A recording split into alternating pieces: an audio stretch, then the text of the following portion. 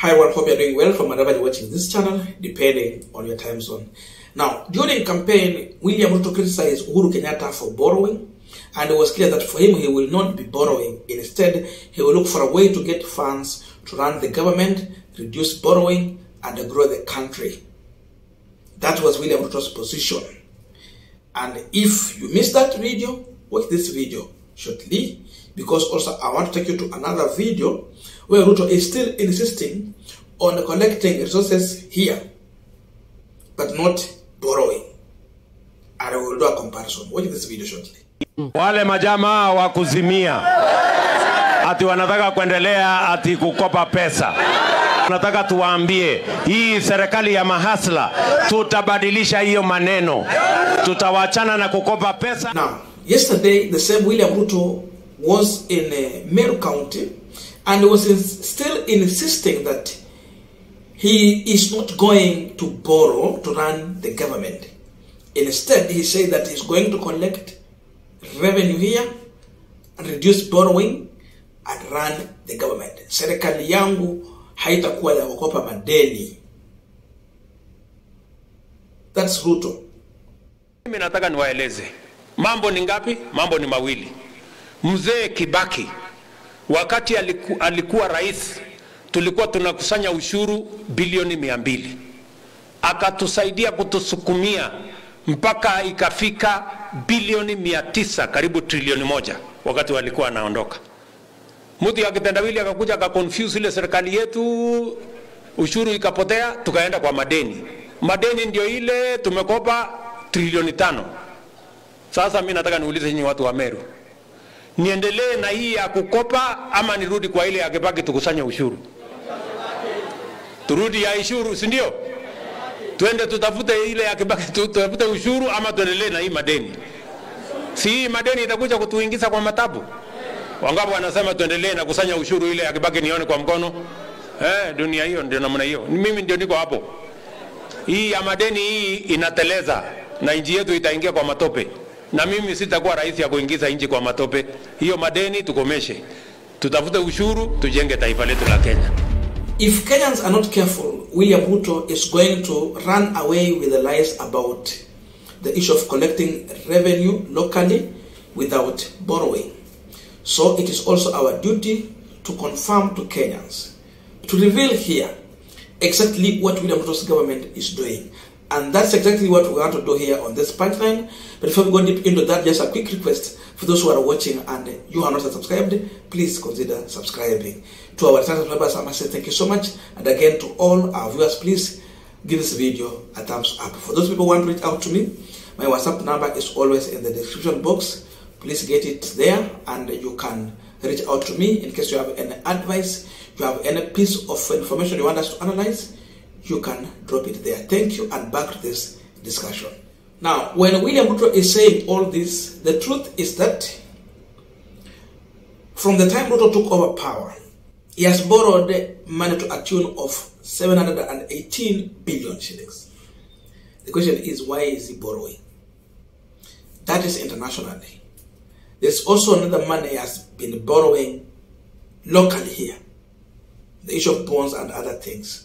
We are not mentioning this. And you can check in the nation, Africa, President Ruto's government to borrow 718 billion shillings in financial year. That one means this year. Beside this, let me take you to other posts that you can understand what is happening here. Kenyans were asking, where is the money? If you check KRA, collected money 2022, March 2023, 1.557 trillion shillings. Government borrowing, September 2023, March 2023, 689 billion shillings. That's borrowing. So Ruto should come and confirm to us. Why is he talking about not borrowing when already between September 2023 to March 2023, sorry, between this September 2022 to March 2023, he had borrowed 689 billion shillings.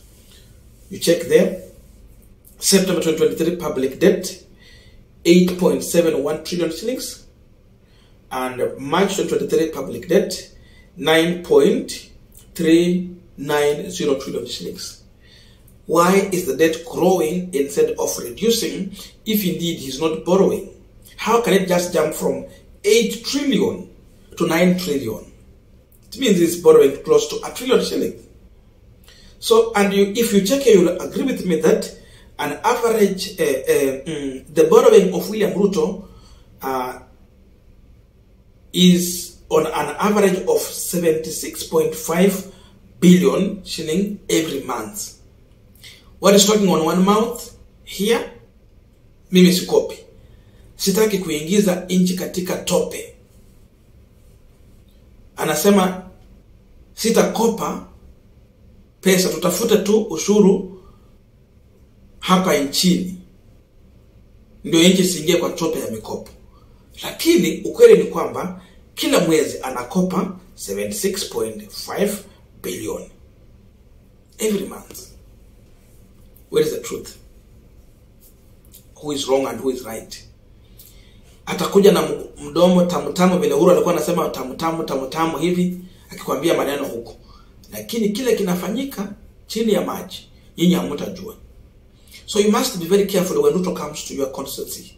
Before you start giving out those fake statements, before you start lying to you, be aware. We have a liar in the State House. He will always lie when he feels to. When he feels threatened, he comes with lies and intimidation to you. That is William Ruto.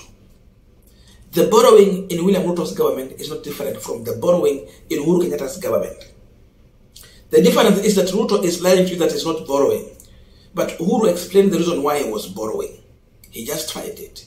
Ruto should come and justify his reason for borrowing. Otherwise, if you continue to borrow and tell us that he's not borrowing, then it means the money is borrowing is going somewhere else, but not into areas where we can see real development.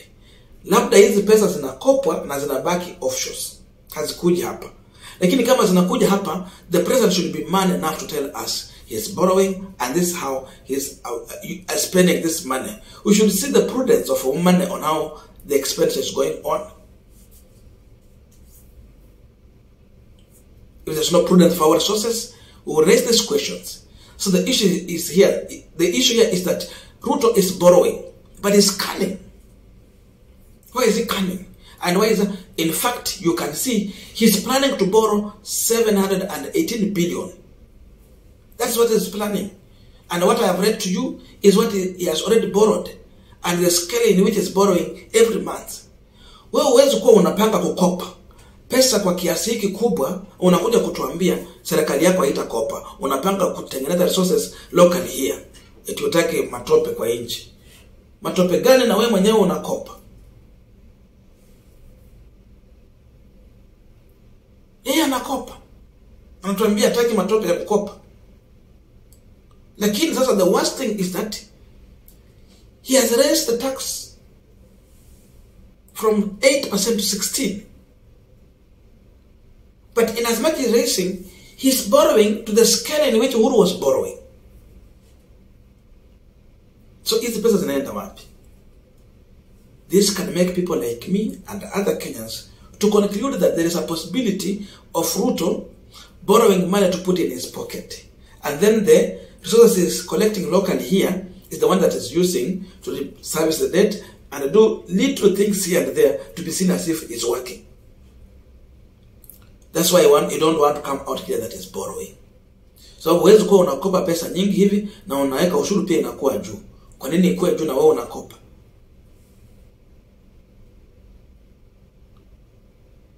Wakenya wajipanga kulipa madeni yenye hawatajua ilitoka wapi in the near future.